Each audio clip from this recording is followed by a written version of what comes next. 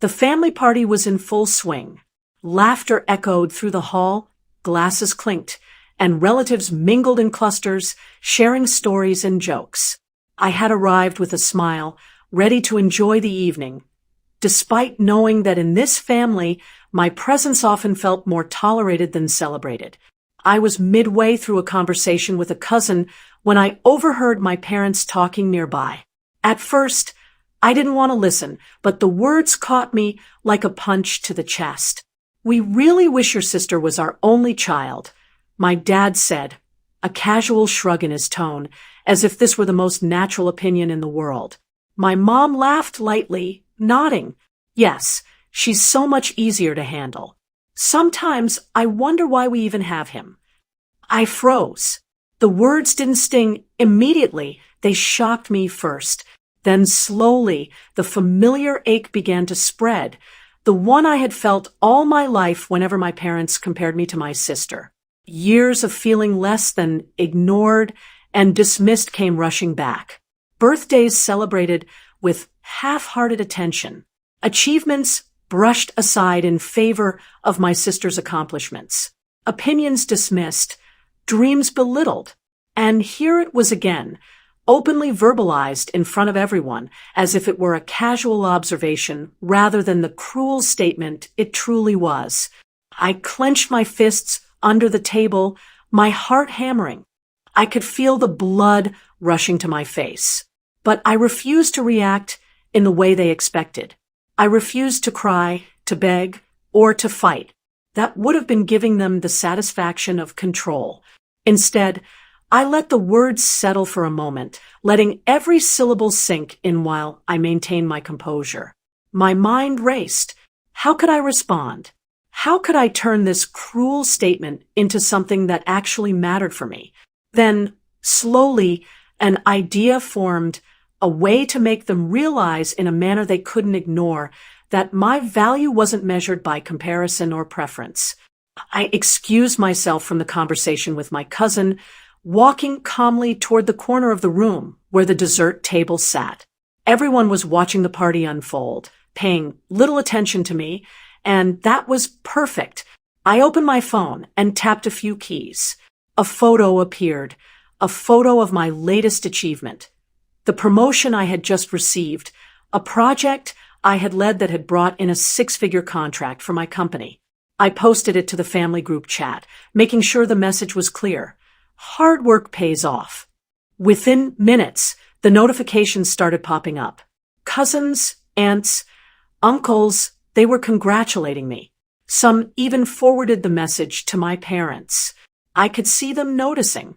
I could see the flicker of surprise, the brief pause, the unspoken recognition that maybe, just maybe, I had value too.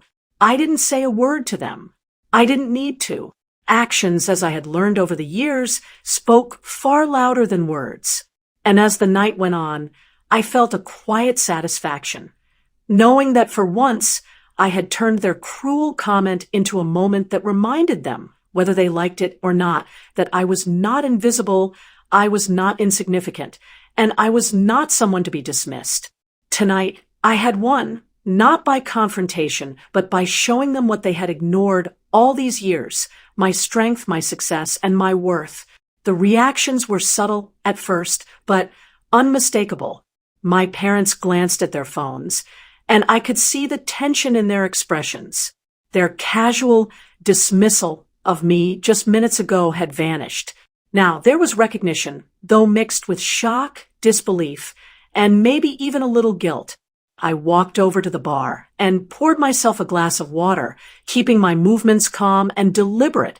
I didn't need to rush. They were already noticing. My mom's eyes kept flicking toward the phone. My dad's jaw tightened as he scrolled through the post. It wasn't just the promotion. I had also posted a picture of the award ceremony, the plaque I had received for leading the team, and a short caption highlighting the revenue my project had generated for the company. Numbers they couldn't argue with. Results they couldn't ignore. "You did all this?" my mom finally asked, voice tight. I nodded. "Yes, Mom. Years of effort, planning, and hard work. things you apparently don't notice unless it's flashy enough to grab attention. My dad cleared his throat, trying to regain composure. I just didn't realize, he muttered. I smiled faintly, not mockingly, but with the quiet satisfaction of someone finally being seen for what they truly accomplished. Exactly. You didn't realize. That's been the pattern for years, hasn't it? They exchanged glances. There was no excuse left. The words they had spoken earlier at the party, "We wish your sister was our only child," echoed back at them in my mind. They had voiced what they truly felt, without filters, without hesitation. And now they were forced to confront the person they had underestimated all along. I decided to make the lesson unforgettable, but subtle. I didn't yell. I didn't scold. I simply let the evidence speak. I showed up to the party moments later, not in confrontation, but in quiet confidence. My presence alone, paired with the ongoing chatter of relatives congratulating me on my achievements, did the work. People noticed the shift. Cousins whispered. Aunts nudged each other. Even my sister, usually the center of attention, paused mid-conversation. She glanced at me, her expression unreadable. Pride? Surprise? Slight embarrassment? I couldn't tell, but I didn't need their acknowledgement to validate my feelings anymore. I walked through the room with a calm air, shaking hands, exchanging polite smiles. Every nod, every "well done," every congratulatory comment reinforced the point. I wasn't invisible. I wasn't insignificant. And my parents? They sat quietly, caught between recognition and guilt, unable to reverse the truth staring them in the face. The child they had ignored, dismissed, and compared to my sister had achieved something remarkable. And nothing they said could erase that fact. By the end of the night, I had turned what could have been another hurtful family gathering into a moment of quiet triumph. Not loud, not boastful, just undeniable. My worth, my accomplishments, and my presence had finally been acknowledged, even if only silently.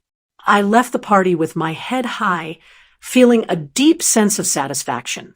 For years, I had been measured against someone else.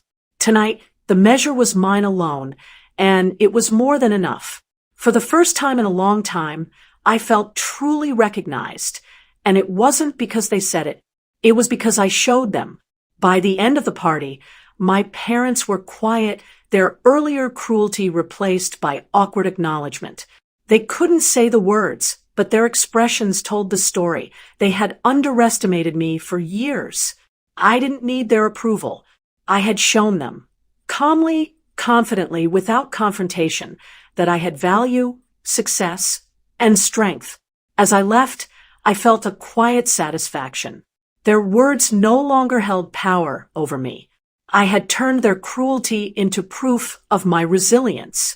Tonight, I wasn't just present at the party. I owned my worth fully and unmistakably.